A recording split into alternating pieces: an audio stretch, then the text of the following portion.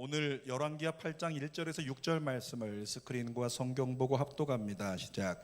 엘리사가 이전에 아들을 다시 살려준 여인에게 이르되 너는 일어나서 내 가족과 함께 거주할 만한 곳으로 가서 거주하라.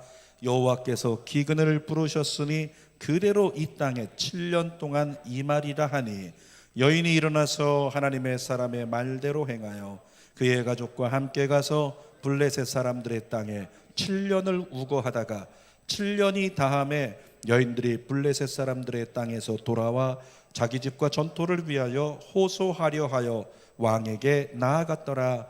그때 왕이 하나님의 사람의 사환 게하시와 서로 말하며 이르되 너는 엘리사가 행한 그 모든 큰 일을 내게 설명하라 하니 게하시가 곧 엘리사가 죽은 자를 다시 살리신 일을 왕에게 이야기할 때에 그 다시 살린 아이의 어머니가 자기 집과 전토를 위하여 왕에게 호소하는지라.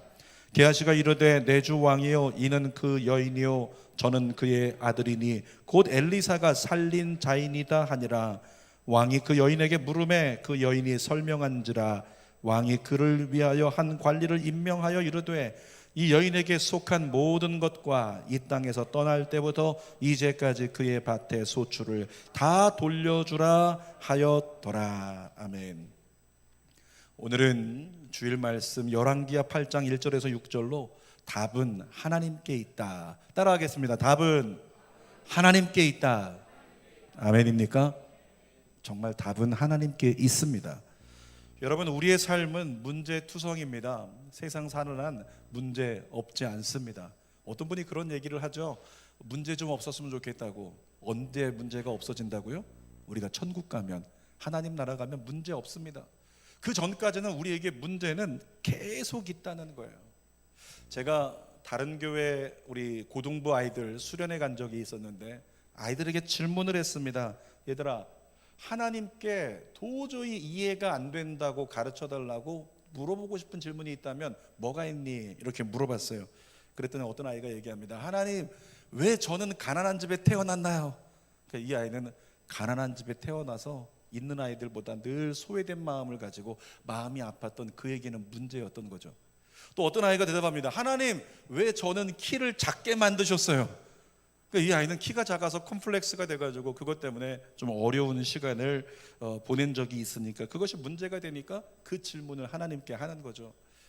저도 컴플렉스가 하나 있는데 다른 데 컴플렉스가 별로 없는데요, 눈썹에 있어요. 눈썹이 좀 특이하게 생겨가지고 누가 뽑아낸 것처럼 누가 틀어놓은 것처럼 생겨서 그것 때문에 늘 좀 신경을 많이 쓰게 됩니다. 근데 요즘에 주는 교회 보니까 요즘 시대가 그렇잖아요. 남자분들의 눈썹이 점점 짙어지고 있어요. 어디 갔다 왔는지 눈썹이 짙어지고 눈썹이 굵어지고 그러고 있는 거죠. 그분들을 보면서 무언의 압박이 밀려옵니다. 목사, 너도 해야 되지 않겠냐, 이런 압박. 아무튼 저에게는 그것이 콤플렉스가 되어 있다는 거예요. 여러분, 아이들에게 질문할 때 하나님께 궁금한 거 물어보면 또 빠지지 않는 질문이 있는데 에덴 동산에 대한 질문은 꼭 합니다. 하나님이 선악과 왜 만드셨어요? 왜 선악과를 만드셔가지고 선악과 없었으면 따먹을 일도 없는데 그거 괜히 만드셔서, 이런 얘기도 하죠. 또 어떤 아이는 뱀을 왜 만드셨어요? 이렇게 물어보기도 하고, 뱀이 하와를 유혹할 때 왜 하나님 가만히 계셨나요? 이런 질문도 한다는 겁니다. 여러분, 이런 질문들이 나오게 된 동기가 뭐냐면 그 모든 것들이 질문하는 사람에게 문제가 되고 있기 때문에 그런 질문이 나오는 거예요. 아이가 시험 공부를 위해서 문제집을 풀기 시작합니다. 엄마가 문제집을 새로 사다 줬어요. 열심히 풀다 보니까 아무리 풀어도 1번부터 10번까지는 잘 풀었는데 11번 문제가 풀리지 않습니다. 고민합니다. 노력하고 애쓰는데도 풀리지가 않아요. 그래서 이 아이가 고민하고 있을 때 누군가가 얘기를 해주는 거죠. 제일 뒤를 펼쳐봐. 거기 펼치면 뭐가 있어요? 해답지가 있잖아요. 그래서 아이가 진짜, 그리고 제일 뒤를 딱 펼쳤더니 거기에 한마디가 써 있었습니다. 네가 볼 줄 알았다. 엄마가 거기다가 사인을 해놓은 거예요. 네가 볼 줄 알았어. 이미 찢어놨지. 대단한 엄마예요. 그런데 대부분은 보면 문제집을 만든 사람이 그 답을 갖다가 제일 뒤에다가 친절하게 볼 수 있도록 준비해 놨다는 거예요. 그러니까 편집한 사람이 문제집을 만들었기 때문에 그 문제에 대한 해답을 편집한 사람이 제일 잘 알고 있겠죠. 여러분에게 묻겠습니다. 이 세상을 만드신 분이 누구십니까? 하나님이시죠. 창조주 하나님이세요. 세상을 만드신 것뿐만 아니라 세상 가운데 이 모든 세상을 누리라고 누굴 만드셨어요? 인간을 만드셨잖아요. 근데 여러분 그 사실 아시나요? 하나님이 인간 만들고 이 자리에 있는 우리에게 대입하면 하나님이 나를 만들고 성현이 만들고 굉장히 피곤하셨다는 거.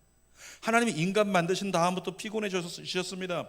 사람을 만들기 전에 하나님 피곤하실 일이 없었어요. 왜냐하면 인간을 창조하기 전에는 천사들만 있어가지고 천사들은 전부 다 하나님께 경배해요. 천사들에게는 하나님이 무언가를 사랑해주고 해줄 필요가 없어요. 그냥 일방통행적인 경배만 받으시는 존재, 그게 천사였어요. 근데 사람을 만드신 다음부터 그때부터 하나님이 피곤해지기 시작합니다. 이 사람이라는 것이 하나님이 먹지 말라는 선악과를 먹어서 그것 때문에 뒤치다거리 하느라 하나님 피곤해요. 나중에 얘들을 내쫓아야 되는데 벌거벗은 거 부끄럽다고 하니까 짐승 잡아가지고 가죽을 벗겨서 가죽옷을 지어 입히는 수고를 하니까 하나님이 피곤해집니다. 나중에 죄를 짓는 인간의 모습 때문에 죄의 문제 해결해 주려고 제사법 만들어 주시고 어줍지 않은 제사 지냈는데 거기 임재하셔서 그들의 죄를 사해 주셔야 되니까 하나님 피곤하신 거예요. 뿐만 아니라 이후에도 계속 족장들 세우고 선지자들 보내가지고 하나님의 백성들을 하나님께로 인도하려고 부단히 노력하고 있는, 사람을 감동하시고 사람에게 깨닫는 영을 부어주시고 사람 신경 쓰느라 하나님 굉장히 피곤하시더라는 거죠. 여러분, 하나님이 만약에 사람이었으면요 과로로 이미 쓰러져 돌아가셨을 거예요. 시편 121편에 그 증거가 나오죠. 4절 말씀 같이 한번 읽어볼까요? 시작. 이스라엘을 지키시는 이는 졸지도 아니하시고 주무시지도 아니하시리로다. 여러분, 졸지도 않고 주무시지도 않는 게 하루가 아니라 항상 두 눈을 부릅뜨고 누구를 바라보느라? 저와 여러분 바라보느라, 나를 바라보느라, 나에게 관심 갖고 있느라 잠을 못 자는 거예요. 막 신생아가 태어나서, 저 방에 신생아들 있잖아요. 얘네들 태어나서 키우는 엄마 아빠 어떨까요? 자다가도 벌떡 일어나가지고 얘 젖 먹이고, 자다가도 벌떡 일어나서 안아줘야 되고, 그러다 보니까 신생아가 돌 되기 전까지 아빠들 얼굴 보면 다크서클이 여기까지 내려와 있어요. 그러니까 전부 다 피곤해 보이고 힘들어 보이죠. 만약에 하나님이 사람이었다면 그랬겠죠. 졸지도 않고 주무시지도 않고 그렇게 인생들을 돌보느라 눈은 항상 충혈되어 있고 그렇게 다크서클이 짙게 그늘진 거, 그 모습이 하나님의 모습이었을 것입니다.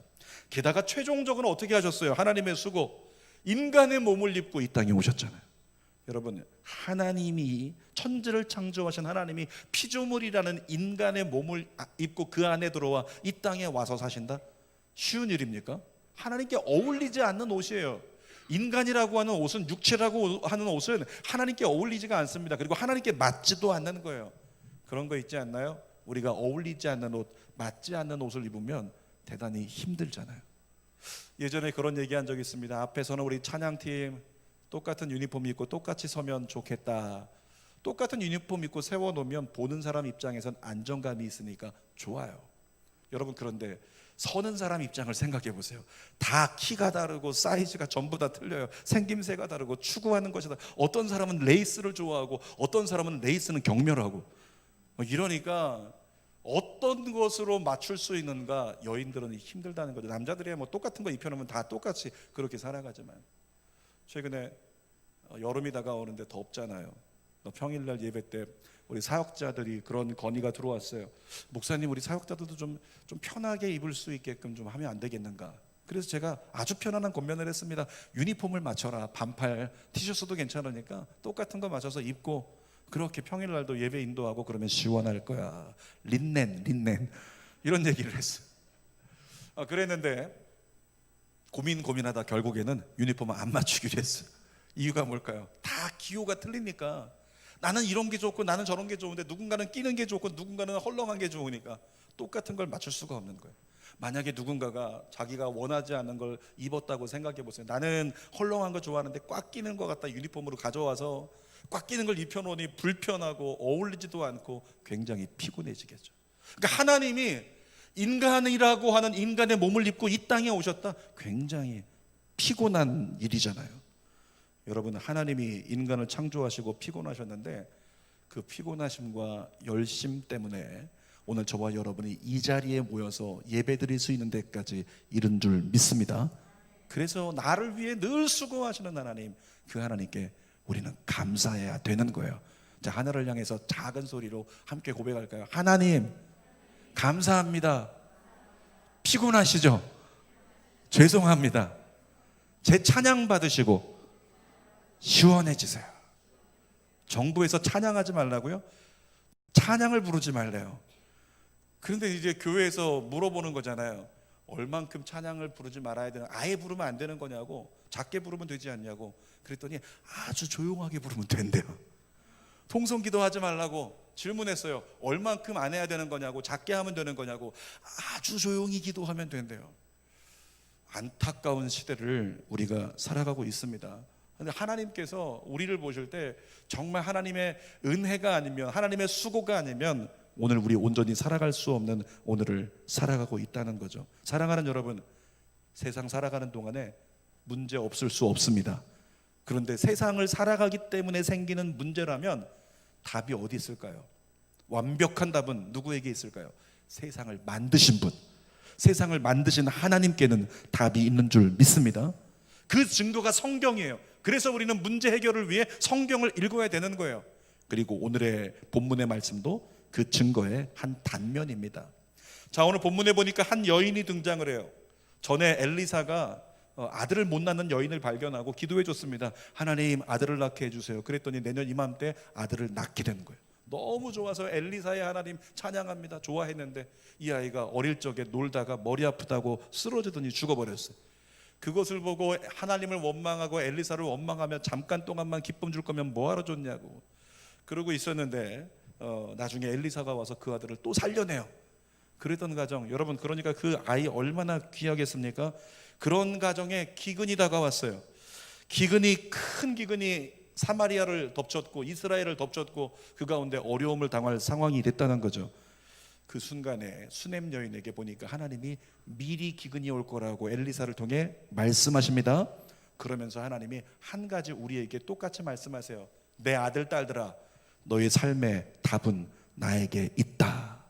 그러므로 내 앞에 나와서 나의 음성을 통해 너의 삶의 답을 찾아라. 주님 우리에게 말씀하신다는 거죠. 자, 세 가지를 나눠볼게요. 우리 하나님 어떤 하나님이시냐면 첫 번째로 기근을 부르시는 하나님이세요. 자, 1절 말씀 읽어보겠습니다. 엘리사가 이전에 아들을 다시 살려준 여인에게 이르되 너는 일어나서 내 가족과 함께 거주할 만한 곳으로 가서 거주하라. 여호와께서 기근을 부르셨으니 그대로 이 땅에 7년 동안 임하리라. 여러분, 하나님이 지금 엘리사를 통해서 수넴 여인에게 7년 기근을 예고하시는 겁니다. 7년 기근이 올 거야. 그런데 이상한 말씀을 하세요. 우리가 읽으면서도 이해하기 힘든 말씀이 성경에 써 있어요. 그게 뭘까요? 기근을 누가 부르셨다고요? 기근을 하나님이 부르셨대요. 하나님이 7년 기근을 불러서 7년 기근이 오도록 허락하셨다는 거죠. 여러분, 하나님에 대해서 오해가 없기를 바랍니다.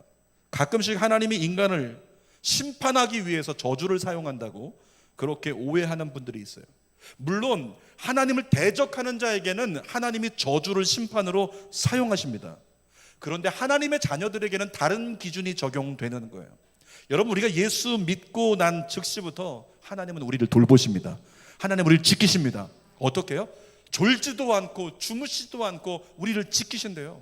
하나님이 우리를 보호하시는 거예요. 우리가 예수 믿는 즉시 눈에 보이지 않는 하나님의 보호권이 우리에게 형성되는 겁니다. 그래서 웬만한 거 하나님이 다 보호해 주세요. 자, 손을 이렇게 한번 사장님 배하듯이 내밀어 볼까요? 깍지 껴서, 손을 깍지 껴서 풀러지지 않게 앞으로 쭉 넓게 만들어 보세요. 넓게. 조는 분 스트레칭 하는 거 아닙니다.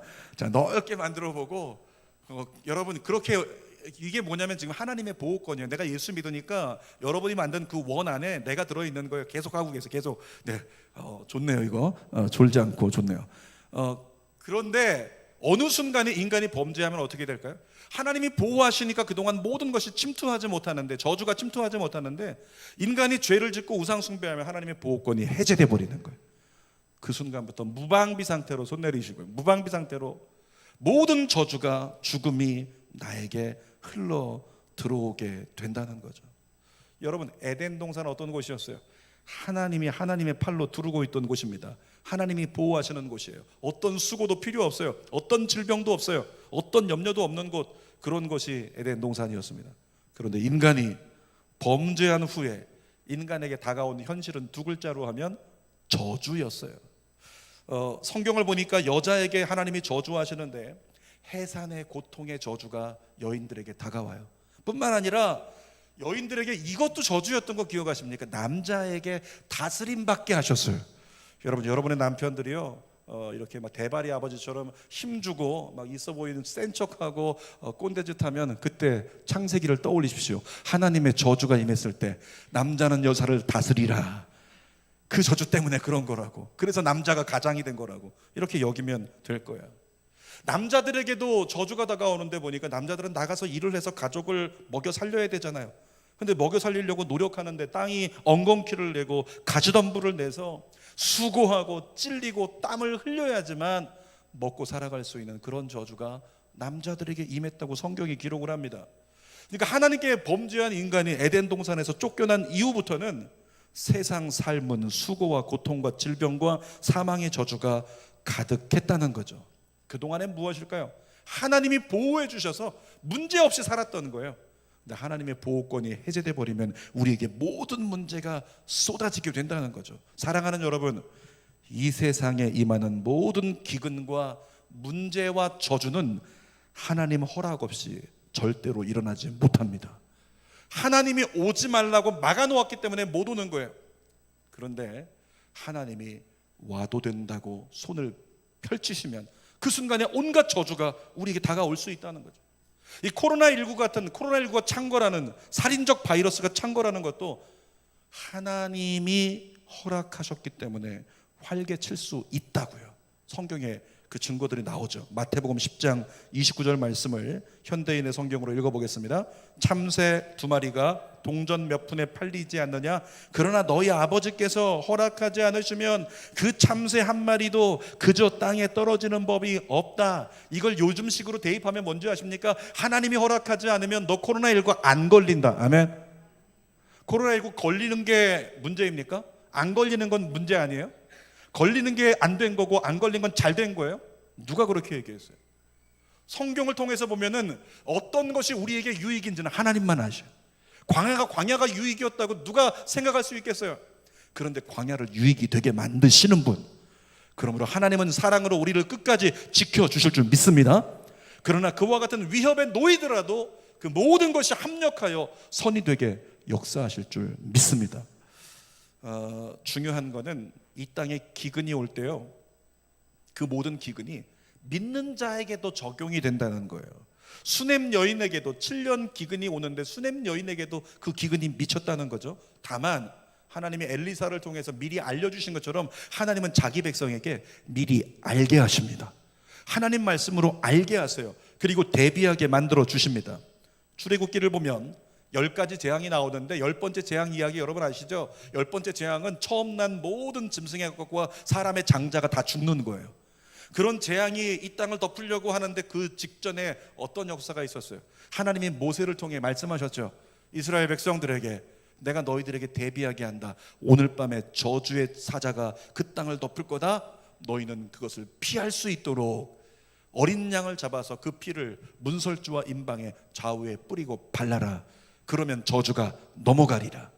사랑하는 여러분, 하나님의 말씀을 들은 사람, 들은 대로 행한 사람에게는 저주가 넘어가게 하시는, 대비케 하시는 주님의 은혜가 임하게 되는 겁니다.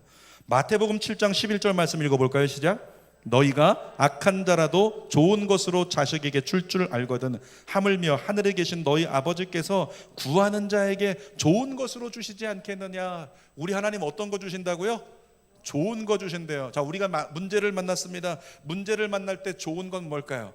그 문제를 피할 수 있게 되면 좋은 거죠. 성경을 보니까 하나님은 자기 백성에게 문제를 피하게 하신대요. 지난주에 읽었던 말씀인데 고린도전서 10장 13절 말씀 같이 읽어보겠습니다. 오직 하나님은 미쁘사 너희가 감당하지 못할 시험당함을 허락하지 아니하시고 시험당할 즈음에 또한 피할 길을 내사 너희로 능히 감당하게 하시느니라. 그러니까 하나님의 피할 길은 우리에게 예비되어 있는데 무엇을 통해 예비되고 무엇을 통해 확인됩니까? 하나님의 말씀이에요. 그러니까 하나님의 말씀을 들어야 피할 길을 찾게 된다는 거예요. 여러분, 기근을 만났던 부자를 기억하시죠? 기근을 만났던 아버지 아브라함과 기근을 만났던 자녀 이삭, 똑같이 기근을 만났어요. 똑같이 흉년을 만났어요. 그런데 그들의 선택은, 그들의 삶은 전혀 달랐습니다. 왜 그랬을까요? 아브라함은 무엇을 듣지 못했기 때문에 하나님의 말씀을 못 들었어요. 하나님의 말씀을 들으려고 하지 않았어요. 근데 이삭은 하나님의 말씀을 들었습니다. 하나님 말씀을 듣고 행했더니 어떤 역사가 이루어졌나요? 그의 삶에 놀라운 하나님의 은총이 이삭에게 임하게 되고, 아브라함은 정말 꾸중을 듣고 핀잔을 듣는 일이 있었다는 겁니다. 앞으로 여러분의 삶 가운데 기근이 다가올 때, 그때 하나님 앞으로 나가서 하나님의 말씀을 듣게 되시기를 바랍니다. 여러분, 조심스러운 이야기지만 이 코로나19 하나님이 허락하셔서 이 땅에 퍼지게 된 거예요. 총체적인 기근을 잘 극복하려면 어떻게 해야 된다고요? 하나님 말씀을 잘 붙들고 하나님 말씀 따라가야 된다고요. 오늘 제목 뭐였죠? 답은 하나님께 있다고요. 항상 답은 하나님께 있는 거예요.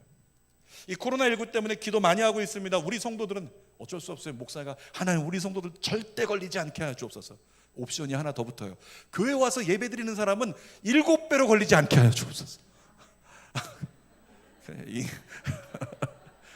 우리 방송으로 예배 드리는 분들 죄송합니다. 이때 오해하는 분들이 계세요. 왜 예배 오는 분들만 더 사랑하냐고. 아니, 우리 성도들 다 안 걸리라고 기도한다고. 사람들은 이 팩트를 잃어버리고 더 많이 가진 사람이 있으면 왜 쟤만 더 많이 주냐고, 자기는 지금 요거밖에 못 받았다고 이것만 생각하죠. 아니요, 방송으로 드리는 분들을 위해서도 기도했다고요. 여러분, 코로나19를 위해서 기도하는데 아프게 기도하고 있어요. 애절하게 기도하고 있어요. 근데 그때 주시는 하나님 말씀이 계속 반복이 돼요. 우리 너무나 잘 아는 말씀이죠. 예레미야 29장 11절 읽어보겠습니다. 여호와의 말씀이니라. 너희를 향한 나의 생각을 내가 하나니 평안이요 재앙이 아니니라. 너희에게 미래와 희망을 주는 것이니라. 하나님이 계속 외치시더라고요.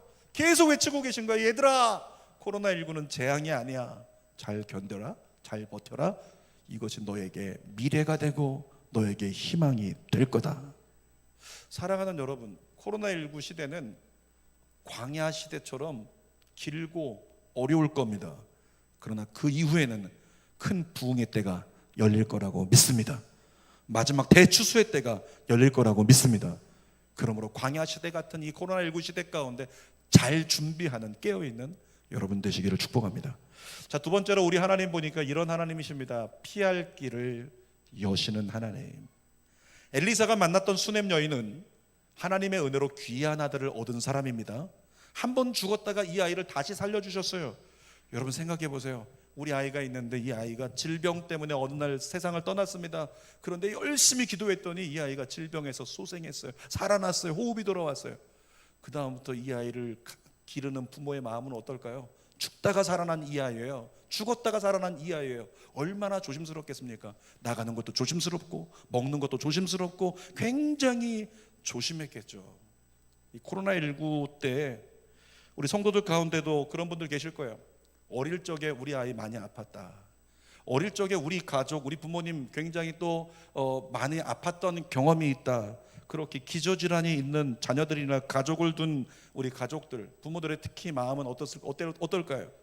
마음이 날마다 전쟁터 아닐까요? 택배 하나만 와도 전전긍긍하면서 전쟁터겠죠. 장갑을 껴야 되고 이것을 경계해야 되고 24시간 놔뒀다가 박스를 만져야 되고, 이런 일들이 우리에게 벌어지고, 또 기저질환이 있는 가족들의 마음이나 특별히 자녀가 기저질환이 있으면 부모들의 마음이 그렇겠죠. 얼마나 힘들겠습니까? 그래서 그들을 위해서 더 많이 기도하고 있는데 가슴 아픈 마음이 있더라고요. 그래도 하나님이 지켜주실 거라고 믿습니다. 수넴 여인도 그랬어요. 기근이 다가온다는 거예요. 7년. 우리 아들 지금 죽다가 살아난 아들이라 얘 기르는 거 굉장히 조심스러운데 기근을 만나면 어떡하겠습니까? 이 아이 큰일 나겠다.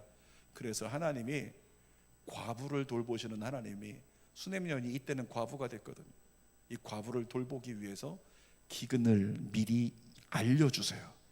피하게 하십니다. 자, 2절 말씀 읽어볼게요. 시작. 여인이 일어나서 하나님의 사람의 말대로 행하여 그의 가족과 함께 가서 블레셋 사람들의 땅에 7년을 우거하다가 하나님이 기근이 닥치는 사마리아 땅, 이스라엘 땅을 피해서 이 여인이 다른 곳에 가서 그 기근을 피할 수 있게 인도해 주시는데 어디로 가라고 이야기하십니까? 블레셋 땅으로 가래요. 여러분, 우리나라로 얘기하면 이겁니다. 남쪽에 올해 코로나도 찬 거라고 많이 힘드니까 너 잠깐 피신해라. 어디로 피신해라? 북한 가라. 이런 얘기하고 똑같은 거예요. 그러니까 블레셋은 이스라엘에게 완전히 원수 나라예요. 적국이란 말이죠. 그런데 하나님께서 그 수넴 여인을 기근을 피하고 안전하게 하기 위해서 적국으로 가라 이런 명령을 주시는 것 이해할 수 있겠습니까? 이해할 수 없는 말씀이죠. 우리 신앙생활하다 보면 그런 때를 경험하게 됩니다. 이해할 수 없는 말씀을 주시거나 이해할 수 없는 길을 여실 때가 있어요. 우리 오늘 드럼 연주하시는 이근우 집사님이 여기서 드럼을 연주하고 있게 되리라고 상상이나 했을까요? 어쩌면 그 모든 걸음조차도 이해할 수 없는 걸음 속에 생각될 수 있는 거예요. 제가 늘 얘기했지만은 이 김포 땅, 저는 김포에 오래 사신 분들 죄송합니다. 저는 김포가 사람 안 사는 동네인 줄 알았어요. 김포는 와보지도 않았고 김포라는 데는 사람 못 사는 저 시골 중에 시골인 줄 알았어요. 그곳에 제가 와서 교회를 세우리라고는 이해할 수 없는 첫 부르심이었습니다. 그런데 오늘 건강하게 세워져 있는 교회와 여러분들의 모습을 보니까 아, 하나님이 이래서 이곳에 교회를 세우게 하셨구나 이해할 수 있는 거죠. 사랑하는 여러분, 하나님의 섭리는 이해할 수가 없어요. 이 코로나19 여러분도 기도 많이 하실 거라고 생각돼요. 걷어달라고. 그런데 하나님 걷어주지 않으십니다. 내버려 두십니다. 이해할 수 있겠습니까? 하나님이 코로나19를 왜 내버려 두시는지 이해할 수 있겠습니까? 저도 이해를 못하겠어요. 그런데 한 가지 고백할 수 있는 건 그럼에도 불구하고 하나님은 여전히 선하시다. 그럼에도 불구하고 하나님은 우리가 알지 못하는 크고 비밀한 계획을 가지고 계신다. 그래서 우리는 하나님 말씀 따라가야 되는 거예요. 자, 성경으로 돌아가서 이 적국인 블레셋 땅으로 가라고 명령을 받은 이 수넴 여인이요, 그 명령을 따르는 건 대단히 어려운 주문이었습니다. 그런데 하나님 편에서 볼 때는 그 명령이 그 여인에게 가장 적당한 명령이었어요. 성경 봅시다. 히브리서 4장 16절 시작. 우리는 긍휼하심을 받고 때를 따라 돕는 은혜를 얻기 위하여 은혜의 보좌 앞에 담대히 나아갈 것이니라. 이 성경을요, 너무나 잘 아는 말씀인데 세 번역으로 한번 읽어볼게요. 시작. 우리는 담대하게 은혜의 보좌로 나아갑시다. 그리하여 우리가 자비를 받고 은혜를 입어서 제때에 주시는 도움을 받도록 합시다. 따라하겠습니다. 하나님은 제때의 도움을 허락하신다. 우리에게 언제가 제때인지 주님이 알고 계신데요. 이런 겁니다. 물질이 필요한 자 기도하고 있는데 언제 물질이 필요한 때인지 그 제때를 하나님만 알고 계신다. 언제 해결이 돼야 되는지 그때를 주님만 알고 계신다는 거예요.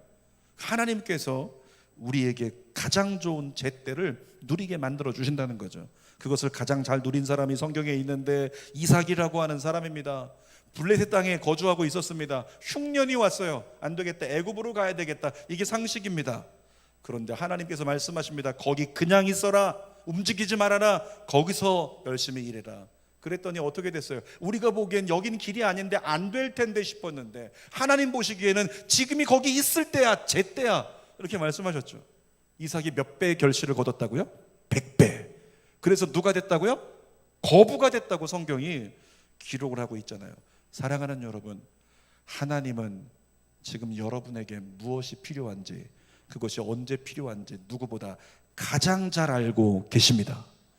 비록 코로나19로 말미암아서 우리가 총체적인 어려움을 겪고 있지만 하나님이 코로나19를 이때 우리에게 허락하셨다면 어쩌면 이때가 하나님 보시기에는 코로나19로 전 지구가 흔들려야 되는 때, 그 제때에 해당하기 때문에 코로나19가 아직도 창궐하고 있다는 사실을 우리는 인정해야 된다는 겁니다. 여러분, 이스라엘 백성들에게 광야는요, 원치 않는 시간이었습니다. 그런데 기억하십시오. 광야 40년간 이스라엘 백성들은 준비되었습니다. 가나안을 정복할 수 있도록. 사랑하는 여러분, 코로나19가 2년 3년 더 갈 수 있습니다. 그런데 저는 믿습니다. 하나님 이때 우리를 준비시키실 거라고요.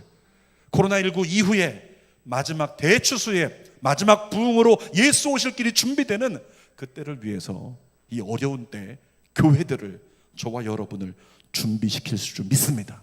그런 맥락에서 보면 우리는 이렇게 기도해야 됩니다. 하나님, 이 코로나19 때에 하나님의 선하신 뜻이 이루어지게 하여 주옵소서. 그리고 모든 것이 나에게, 한국교회에, 교회들에게 합력하여 선이 되게 하여 주시옵소서. 기도해야죠. 자, 세 번째, 우리 하나님을 보니까요, 따라합시다. 다시 찾게 하시는 하나님. 우리 하나님 다시 찾게 하시는 하나님으로 소개합니다. 3절 말씀을 읽어보겠습니다. 시작. 7년이다 하매 여인이 블레셋 사람들의 땅에서 돌아와 자기 집과 전토를 위하여 호소하려 하여 왕에게 나아갔더라. 7년 동안 기근을 만나서 블레셋으로 이주했던 여인이었습니다. 그런데 보니까 이스라엘 고향 땅에 기근이 다 끝났어요. 그래서 고향 사람들도 그립고 해서 이제 고향으로 돌아옵니다. 돌아왔더니 세상에 7년간 방치되어 있던 자기 땅을 국가에서 환수해버리는 거예요. 또는 누군가가 그 땅을 소유해버린 거죠. 그래서 머물 땅이 없는 겁니다. 과부가 아들들 데리고 살아갈 방법이 없어요. 그래서 이 여인이 왕에게 적극적으로 간절히 호소를 했습니다. 그랬더니 하나님이 왕의 마음을 움직여 주셨어요. 자, 하나님 말씀을 따르는 여인에게 어떤 역사가 있는지 6절 말씀 읽어보겠습니다. 시작. 왕이 그 여인에게 물음에 여인이 설명한지라 왕이 그를 위하여 한 관리를 임명하여 이르되 이 여인에게 속한 모든 것과 이 땅에서 떠날 때부터 이제까지 그의 밭의 소출을 다 돌려주라 하였더라. 지금 어떤 역사가 일어난 거냐면, 자기 먹고 살겠다고, 하나님 말씀이었지만 남들이 보기에는 자기 먹고 살겠다고 땅 내팽개치고 다른 나라로 적국으로 갔던 여인이에요. 그러니까 그 땅 국가가 환수하든지 다른 사람이 소유하든지 상관없는 거예요. 그런데도 불구하고 하나님의 말씀을 쫓아나갔던 그 여인에게 다시 모든 것을 되찾게 하기 위해서 왕의 마음을 움직이세요. 그랬더니 왕이 얘기합니다. 그 여인에게 땅을 돌려주어라. 거기서 끝났나요? 아니요. 우리 하나님의 은총은 하나님 말씀을 따르는 자에게는 옵션이 줄줄이 따라 나올 줄 믿습니다. 이 여인에게 어떤 역사가 벌어져요? 7년 동안 그 땅에서 거둔 거 있으면, 쉬운 말로 하면 이런 겁니다. 7년 동안 이 여인이 받을 수 있는 연봉, 다른 나라에 가서 하느라 못 받았던 연봉 다 계산해서 다 돌려주라, 이 얘기하는 거예요. 블레셋에서도 먹고 살았어요.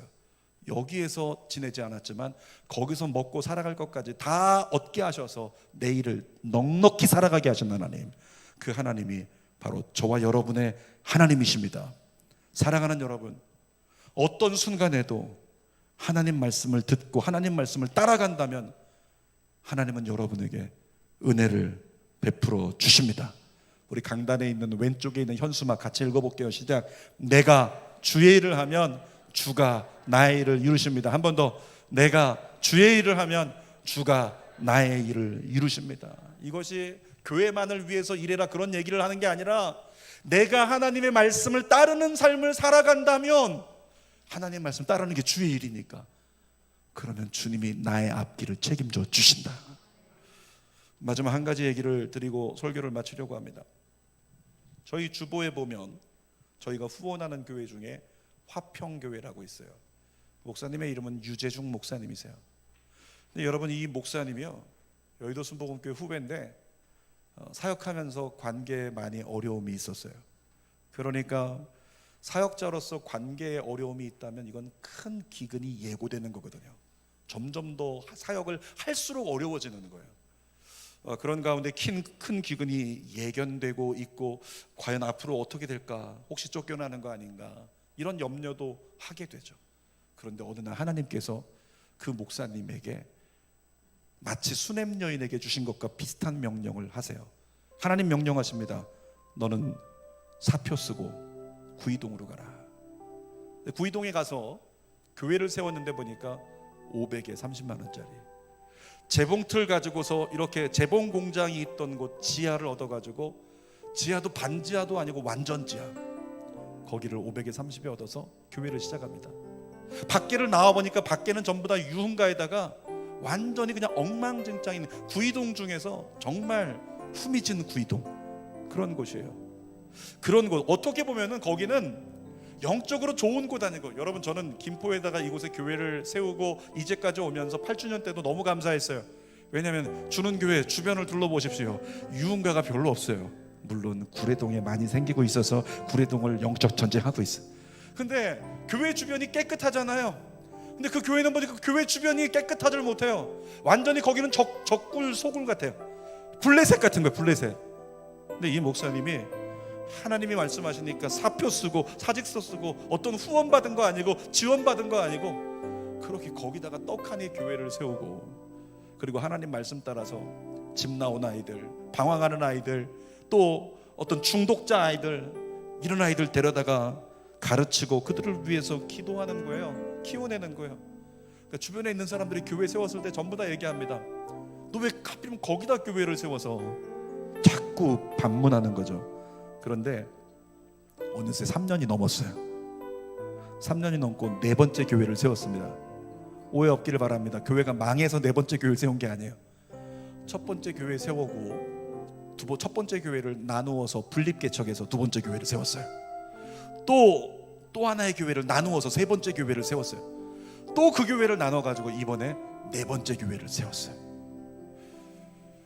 그 교회가 엄청나게 부흥한 것이 아니고 지하 그 성전에요, 이 한 블록도 안 돼 채 다 앉으면 30명 되니까 분립개척 시켰어요.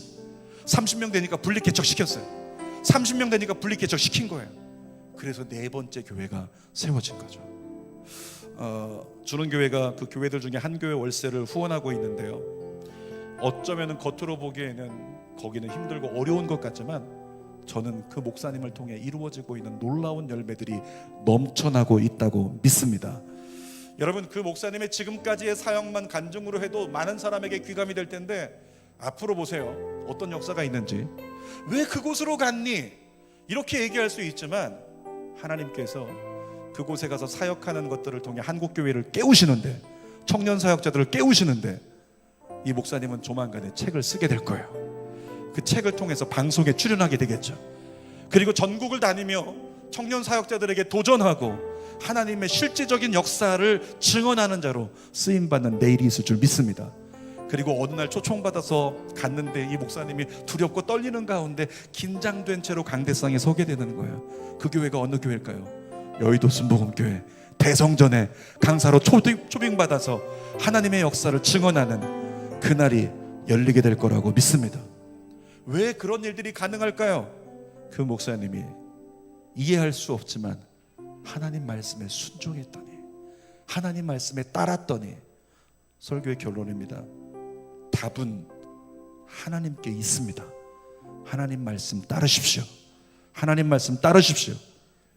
여러분, 우리 모두는 위기를 만났어요. 지금 우리에게 주어진 어떤 영적인 상황, 한국교회가 주어진 상황은 좌초하는 배와 같아요. 지금 점점 침몰해가는 좌초할 배에 탑승한 사람들 같은 그 상황이 우리 한국교회 성도들의 상황이라고. 뭘 들어야 될까요? 성경에 답이 있다고 그랬잖아요. 하나님 말씀에. 사도행전 보세요. 사도 바울이 죄수로 호송되다가 그 배가 좌초할 위기를 만납니다. 선원들도 어떻게 못해요. 선장도 어떻게 못해요. 그를 호송하던 군인들도 어떻게 못해요.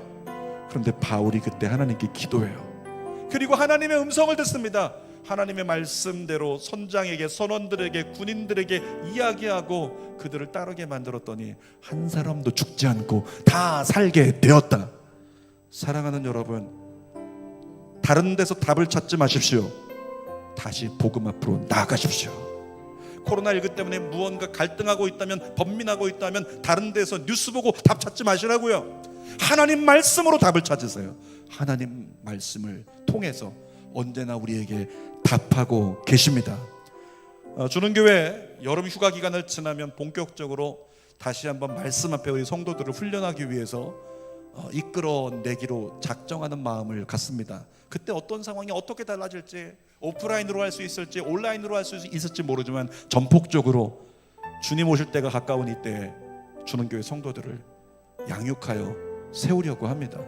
여러분, 하나님께 이끌릴 준비를 하십시오. 하나님께 나아갈 준비를 하십시오. 그리고 답이 하나님께 있음을 믿고 인정하고 하나님께만 엎드리는 믿음의 종들 되기를 주님의 이름으로 축원합니다. 기도하겠습니다. 살아계신 아버지 하나님, 우리는 어느새 하나님의 말씀 없이 살아가는 인생을 너무나 편안하게 익숙하게 살아가고 있습니다. 기도 안 해도 결정이 나오는 세대를 살고 있습니다. 말씀 안 봐도 결정이 나오는 세대를 살고 있습니다. 그것이 얼마나 큰 오류고 그것이 얼마나 큰 문제인데, 말씀과 기도 없이도 결정할 수 있다는 오만한 삶을 하나님 우리가 살고 있습니까? 하나님 다시 복음 앞으로 돌아가게 하여 주옵소서. 다시 말씀 앞으로 돌아가게 하여 주옵소서. 하나님 따라갈 때 그것이 세상이 보기에 어리석은 짓 같아도 하나님을 따라가는 인생이, 하나님 말씀을 쫓는 인생이 우리의 내일에 대한 보장이고 해답이라는 사실을 놓치지 않는 믿음의 성도들 되게 하여 주시옵소서. 예수님의 이름으로 기도드립니다. 아멘. 우리 두 손을 가슴에 대고 이 찬양 부르겠습니다. 많은 이들 말하고 많은 이들 노래는 하지만 정작 가지 않는 길, 두려운 생각보다 많이 힘들고 험한 길보단 그저 말로만 가려 하네. 점점 멀어져만 가네. 내게 생명 주었던 그 길 점점 이용하려 하네. 내게 사랑 주었던 그 길 다시 복음 앞에 내 영혼 선에